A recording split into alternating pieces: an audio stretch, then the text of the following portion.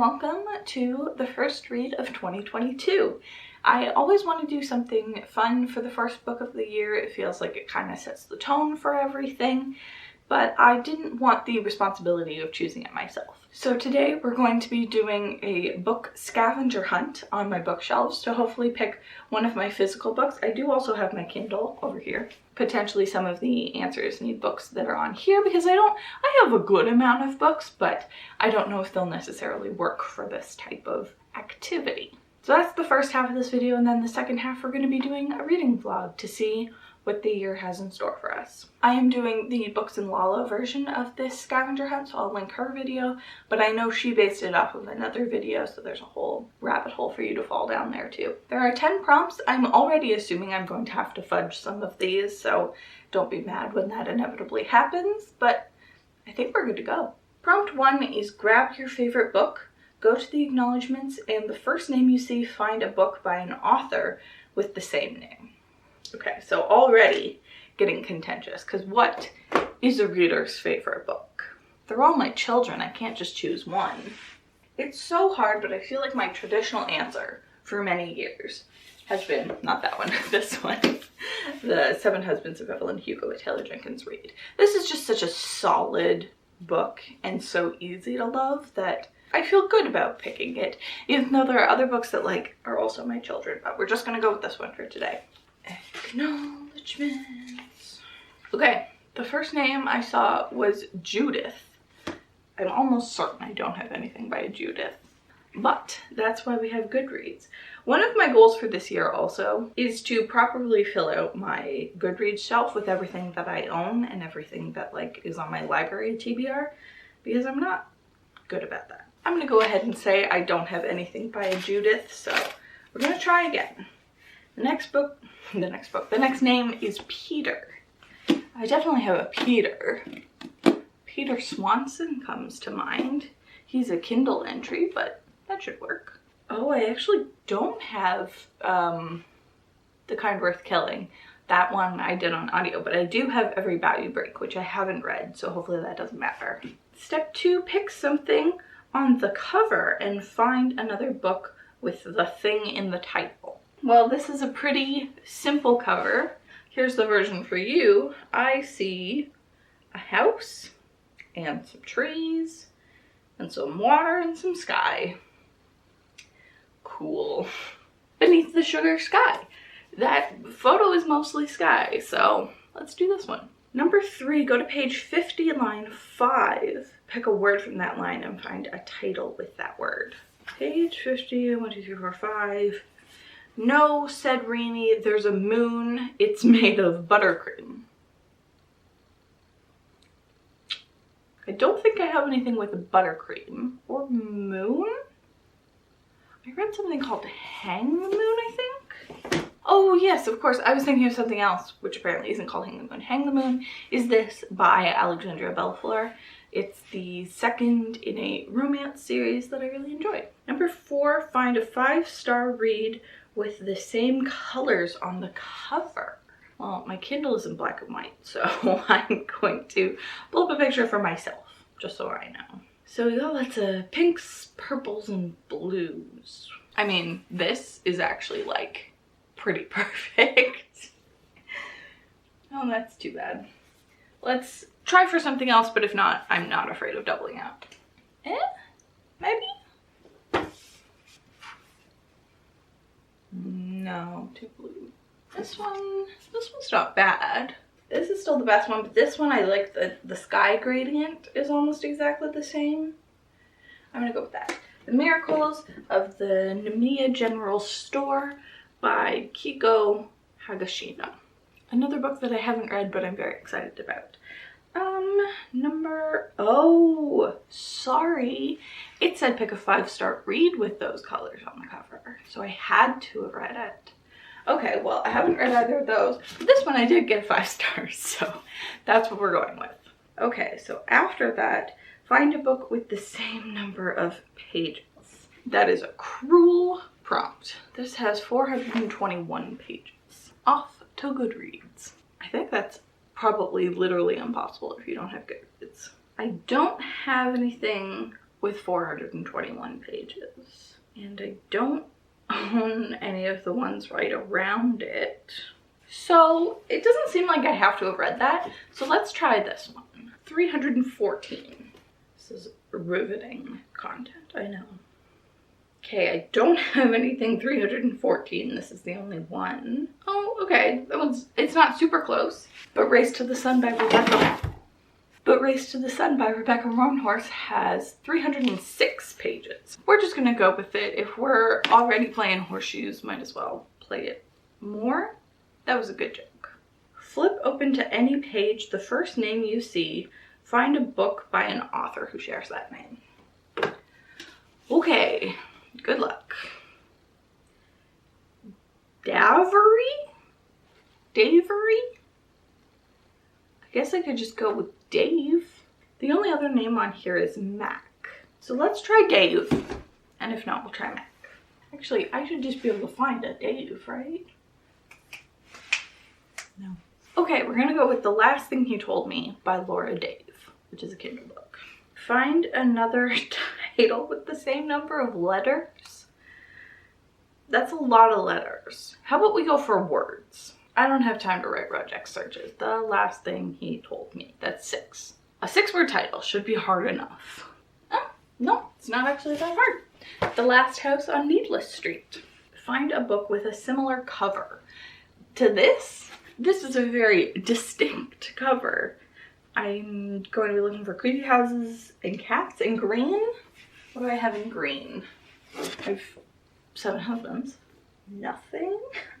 Mexican Gothic is like definitely not the same, but you know, vibes in green. It's not great, but how do we feel about Fellowship?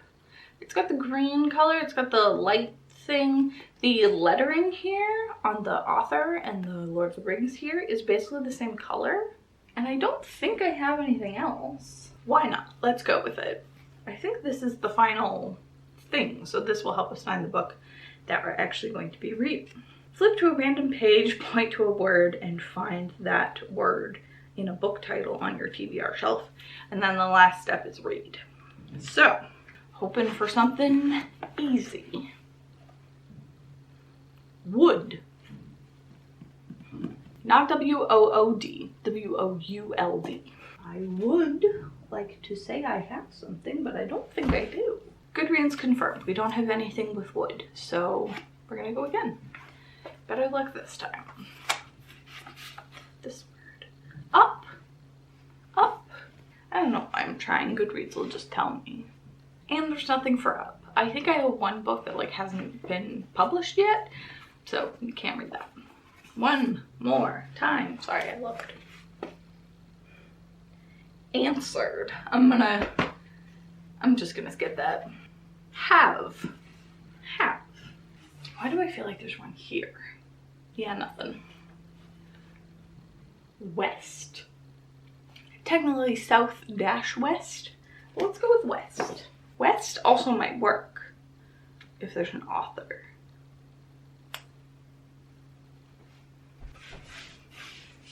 We did it. The book that I will be reading. Do I even have it? Doesn't matter. I'm very excited about it. I will pay full price if I have to. I actually don't have it, which is really surprising. Hopefully the library has it. Anyway, it is The Death of Mrs. Westaway by Ruth Ware, which I've been wanting to read forever. I've been on a real thriller kick lately. The Turn of the Key by Ruth Ware is one of my favorite thrillers. I just think it's so atmospheric, and Death of Mrs. Westaway is, people who like this also like that. What is it about? That is a very good question that I do not have the answer for you of. But I'm sure within the next 2 minutes of this video, you and I will both figure that out. That was actually way more successful than I thought it would be, and I barely even cheated, so that's good. Okay, I will talk to you on January 1st, I guess. Now, smash cut to the future. Good morning, Happy New Year, happy January 1st. It is bright and early at like 10:30, which is pretty good for me. I was able to get The Death of Mrs. Westaway from the library immediately, so we have it, and we're gonna do some reading first thing off. Start the new year off right. I still don't know anything, so maybe in the next clip we'll find out what this book is about. Oh, you want to know about my New Year's plans? Didn't do anything. We just hung out at home, just me and my husband, and we're in bed at 12:30. It was ideal. I am now 15% of the way in, and I can finally tell you what it's about. It's about this girl named Hal, who is on tough times. She doesn't have any money, and she took out a loan from some shady people who are wanting to get it back. And she gets a note that her grandmother has died, but she doesn't believe that it's actually her grandmother, that they like got the wrong person. Even though it's got her name and stuff, it's just the name of her grandmother is incorrect, and her grandmother's been dead for 20 years.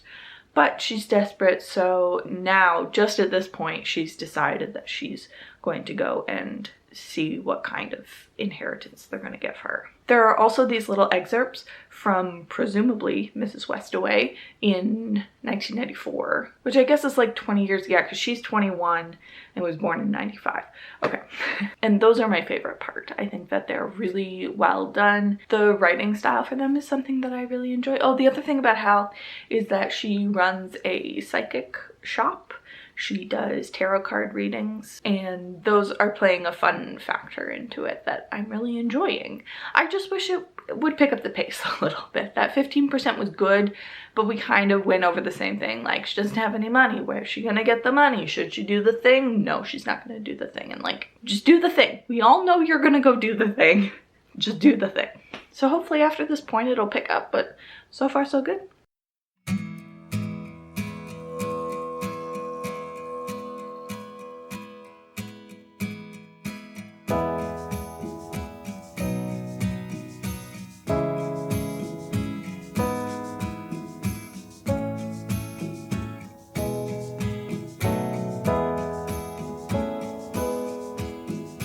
Good morning. Hopefully you can't hear the neighbor dog barking away. I can certainly hear it.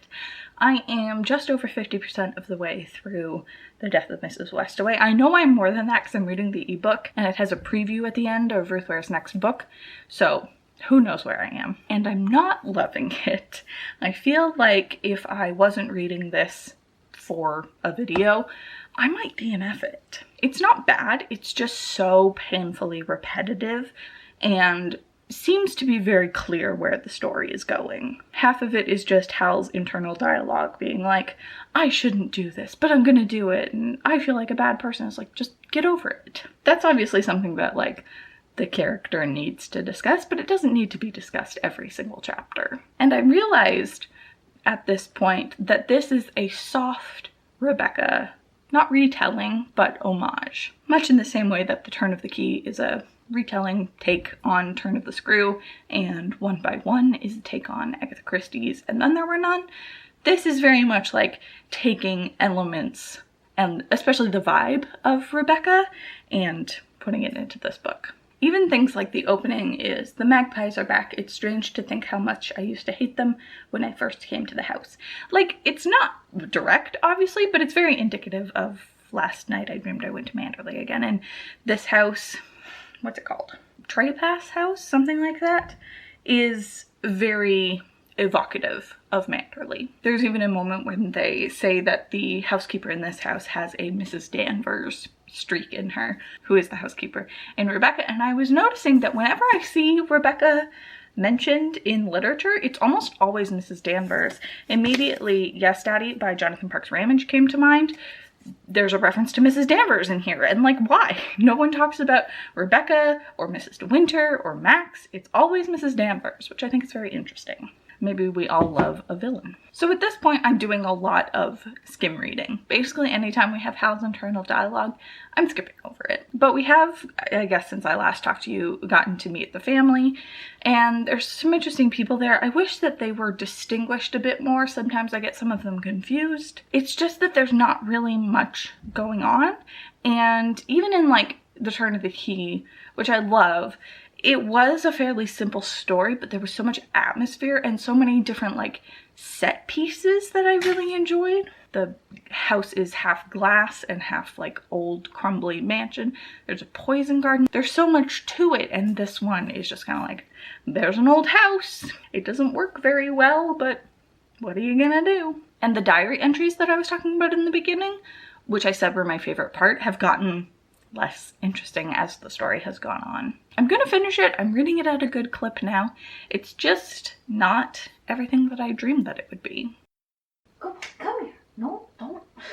We didn't have any cat content in this vlog, so I figured that was important. We just finished The Death of Mrs. Westaway, cuddling, and now we're very hungry.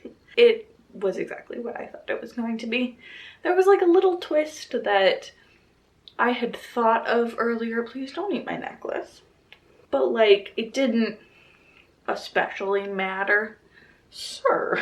And like at a certain point in the thriller, I've thought of all of the scenarios that it could be. I'm bound to be at least a little bit right. But yeah, I flew through that last bit. I was really skim reading. I'm struggling with my rating because the fact that I wanted to DNF it and that I didn't read a good amount of it is a 2-star. Like, I'm hearing that and it's a 2-star, but I don't have any animosity toward it. Or maybe I do. Maybe it's because I just filmed my worst books, but like I don't have negative feelings toward it. I just have a lack of positive feelings. So I'm gonna take a minute and think about it. I'm gonna put it right here on the screen what my final rating is once I have decided. If I gave half stars, 2.5, but I don't. So I have to commit one way or the other. But that's it, that's one down. We have officially started 2022. Is it off to a rough start? Yes. It was foolish thinking to think that we'd get anything other than a 2.5 of a year. I'm sad that I didn't love Westaway as much as I thought I would. Like, it's been hyped up for me a lot. I felt pretty confident that I would love it. And I don't really understand why other people love it. It is very Rebecca. Like, maybe that's part of it, is I was just sort of referencing all the parallels. Not that it's one-to-one by any means. Like, I don't think if you read Rebecca that you can figure out all of the plot points that happen in here. It's much more of the vibe and the house. But it is interesting that her last 3 have all been retelling homage things.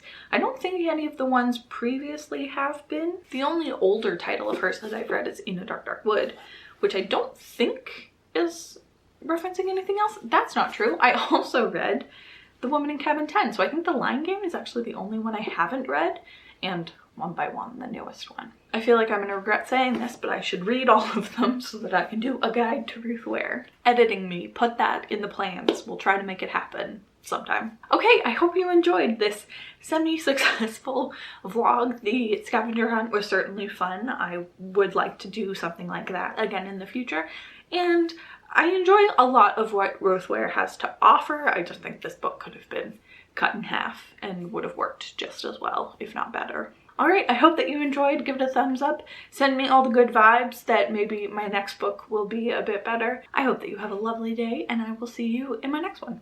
Bye!